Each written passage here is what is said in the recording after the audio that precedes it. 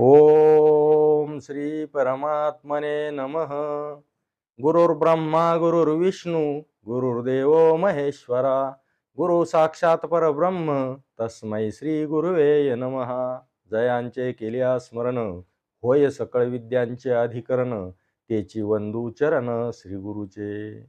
मित्रहो, आज आपण श्रीमद भगवद्गीता, जी भगवान श्रीकृष्णाची अतिशय दिव्य, निर्मळ आणि पवित्र वाणी आहे, त्या वाणीमधील जो दुसऱ्या क्रमांकाचा अध्याय, ज्याचं नाव सांख्ययोग आहे, त्यामधील 22व्या क्रमांकाचा श्लोक यावर आपण थोडंसं चिंतन करणार आहोत.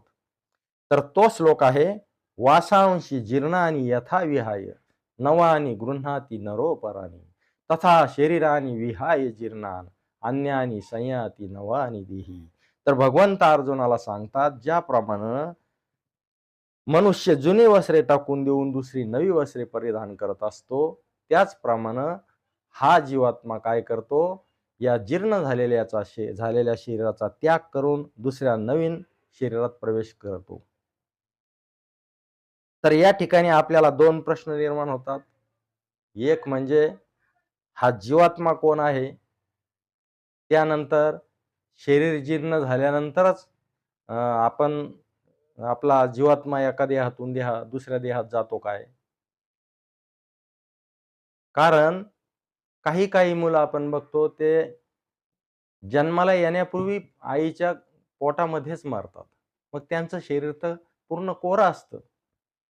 काही मुलं 6 महिन्याचे असताना मरतात. काही 10 वर्षाचे असताना मरतात. कोणी म्हातारं होऊन मरतं. तर म्हाताऱ्याचं शरीर जीर्ण झालेलं आपण बघतो. परंतु जे अतिशय कमी वयात मरतात, त्यांचं शरीर जीर्ण झालं कसं काय म्हणता येईल? मग भगवंताने इथं जीर्ण शब्द का वापरला असेल? तर जीर्ण म्हणजे आपल्या शरीरामध्ये, म्हणजे सूक्ष्म शरीरामध्ये जे संस्कार झालेले असतात. थोडक्यात आपल्याला हा मानव देह मिळण्यासाठी जी पुण्याई लागते, त्या पुण्याईला संस्कार म्हणतात. मग ती पुण्याई संपल्यानंतर मानव देह वापरण्यासाठी जी पुण्याई असते, ती पुण्याई संपल्यानंतर, म्हणजे मानव देहाची जी पात्रता असते, ती पात्रता संपल्यानंतर हा जीवात्मा काय करतो, त्याची इच्छा असो किंवा नसो, त्याला हे शरीर सोडावंच लागतं. मग आता हा जीवात्मा कोण नेमकं?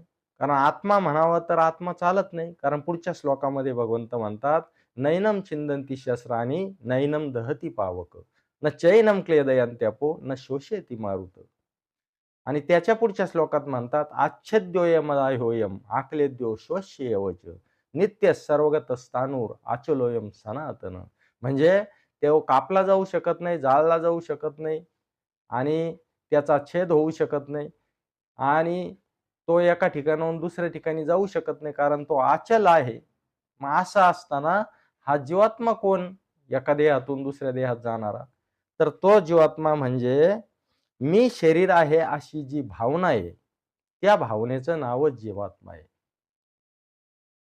कारण काय होतं, ज्या वेळेस मनुष्य त्याला चिदाभास होत असतो. चिदाभास म्हणजे काय?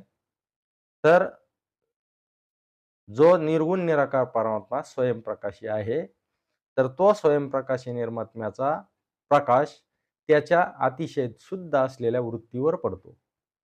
तो प्रकाश, ती वृत्ती काय करते, आरशासारखी चकचकीत असल्यामुळे तो परावर्तित करते, म्हणजे वापस पाठवते.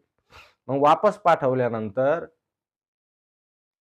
ते मायेचं कार्य असल्यामुळं हे नसलेली वस्तू आपल्याला दिसायला लागते. हा संसार दिसायला लागतो आणि तो आपल्याला खरा वाटायला लागतो. आणि त्याच्यामुळं आपण, आपलं जे मन आहे ते अतिशय शक्तिशाली असतं. ते काय करतं, कारण देह म्हणजे भ्रमातून निर्माण झालेला, अज्ञानातून निर्माण झालेला कारण देह तयार करतं. म्हणजे अज्ञानातून निर्माण झाला म्हणूनच त्याला कारण देह म्हणतात. मग हा कारण देह काय करतो, दुसऱ्या सूक्ष्म देहाला जन्म देत असतो. आणि सूक्ष्म देह काय करतो, त्याला लिंग वगैरे नसल्यामुळं, त्याला आपल्या इच्छेप्रमाणे भोग भोगायचे असल्यामुळं तो काय करतो, हा स्थूल देह निर्माण करतो, जेणेकरून त्याला सर्व वस्तूचा भोग घेता येईल. आणि त्याच्यात अनेक प्रकारचे भोग येतात. ते सर्व भोग घेण्यासाठी त्याला ह्या देहाची गरज असते. म्हणून तो हा देह निर्माण करतो.